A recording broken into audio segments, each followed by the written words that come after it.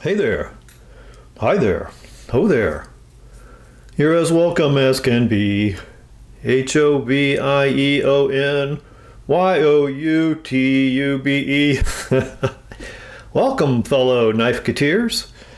Today I have another World War II U.S. military pocket knife to share. This one is a three-bladed utility knife made for the Navy by both Camillus and Imperial Knife Companies. Camillus referred to these as Navy Aviation and ship stores resale utility knives. So for the Navy Aviation and to be sold in the stores they provided for seamen on ships. Camillus's had badges that said USN. Some Imperials had badges that said USN, and then Imperial also had this plain covered style. So let me just show you where these appear in Michael Silvey's book, The Complete Book of United States Military Pocket Knives. First on page 94, they have pictured a Camillus.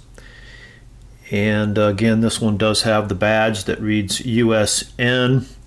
Camilluses were either all steel construction or had steel bolsters but brass liners. And according to Camillus's records, they only contracted those in 1944 and produced 54,246, which really weren't a lot. On page 95 is shown an Imperial knife, which is very similar, but the book says that these are much scarcer and harder to come across. Most that you will see will be Camillus. So this is the one with the Imperial tang stamp and the USN badge. And then finally on page 96, we can see the knife that I have on the table. This is, again, an Imperial for the U.S. Navy, all steel, World War II, and no badge. So let me just set this down and get this knife out. We can open it up, take a look at it. So this is 3 3/4 inches long. It is all steel construction with bone covers and a bail. Again, it's a three-bladed utility knife, so it will have a screwdriver cap lifter, a rather long one, and it has a can opener opposite. This is an interesting shaped can opener. It's kind of a bridge between, I think, the old style and maybe the newer safety can openers that would come out shortly thereafter. It reminds me a lot of this Powell Cutlery Company can opener on this Boy Scout of America knife. This has a little knob to open it, and it's interesting. When I first got it and I opened it up, the knob popped out, went out onto the floor. I was like, oh no. I was able to find it. And the repair actually was quite easy. It had a little shoulder on it, so I was able to pound it through the hole. And it had just enough on the other side that I could peen it out. Now it holds really well. It does conflict a little bit with the screwdriver, but I think that's more of the screwdriver moving over when I open the can opener than anything else. And then it has a main spear point blade. These are all carbon steel. A crescent nail nick. Does have a tang stamp that reads Imperial Prov, RI, Providence, Rhode Island. And I'll talk about Imperial just a little bit because I've never really featured an Imperial knife, I don't think, and really have never talked about the company.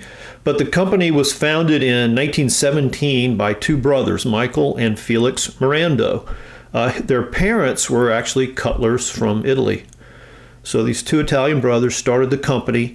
They acquired the Hammer brand trademark in 1931 when New York Knife Company went out of business. And so a lot of people know them by their Hammer brand knives. But what they're really most famous for is that they developed shell handle knives that were, cheap. They were inexpensive to make and they were inexpensive to buy. So they sold a lot of knives during the Great Depression when a lot of other knife companies with more expensive, better made knives were struggling. And by 1940, they'd actually grown to be the largest knife company in the world. But they started making those shell knives, I think, in 1936. And by 1938, that was their number one product by 1945, that's all they made, all the way up until the 1970s. So kind of interesting. You'd see a lot of those shell knives were Hammer Brand and Camp King trade names. But in 1947, they bought out their competitor Ulster. 1948, they bought Schrade Walden. And in 1977, they gained control over the Rogers Wolstenholme Cutlery Company of Sheffield, England, you know, the IXL. So that's where you get your Schrade IXL, I guess. They were all under this Imperial Knife Associated companies. So that's pretty cool. So that's a little rundown on Imperial. And I just want to compare this knife to a more commonly seen four-bladed U.S. Army engineer's knife, and because it's most similar to that knife of all the other knives that I have, military knives from World War II. But you can see that it's a little longer. This is really about 3 3/4. This one's 3 5/8. It's also got a little broader frame. As you can see here, it's a little less tapered at the bolsters. It also does not have the threaded bolsters. Again, this one does not have a badge, but you could get them where they had a badge that said USN. Both are all steel construction. But the can openers are quite different. This is, you know, the older style, plunge style can opener. Here we see a shape that I think is starting to evolve a little bit.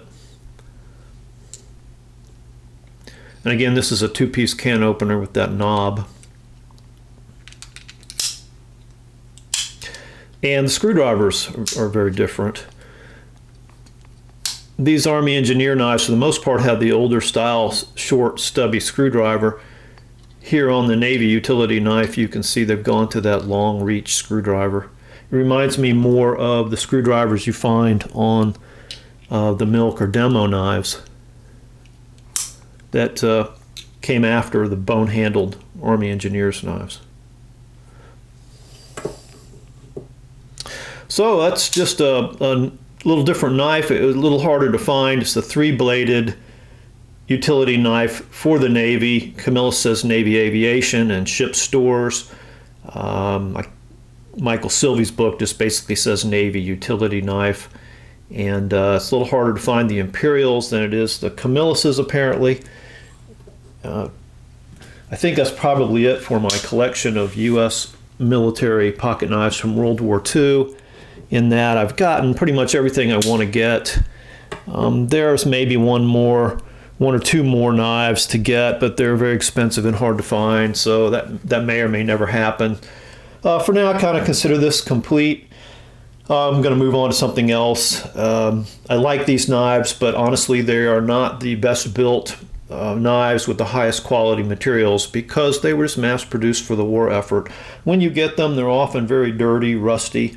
And so, yeah, you know, I'm just getting a little weary of, I guess, getting the old steel knives that are rusty and cleaning them up and, you know, then having a good sound knife, but certainly nothing that's very showy. So what I like about these is just the historical context. Well, I hope you've enjoyed that. I really do appreciate you watching as always. Have fun collecting.